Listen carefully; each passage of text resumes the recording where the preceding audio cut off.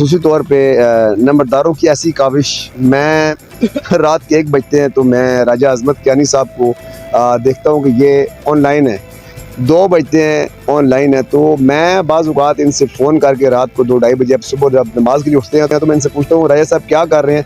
नंबरदारों के हवाले से कुछ लिख रहा हूँ, कुछ अल्फाज परो रहा हूँ, कुछ मोती परो रहा हूँ।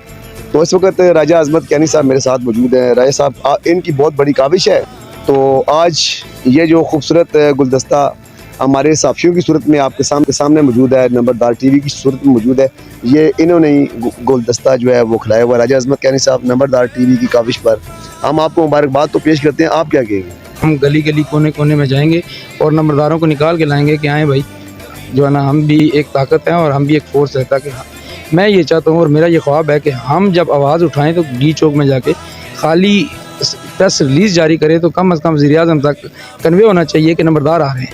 वज़ीर-ए-आज़म डायरेक्ट मुज़ाकरात करने पर मजबूर। मतलब ये है कि नंबरदार टीवी को आप बहुत आगे देख रहे हैं।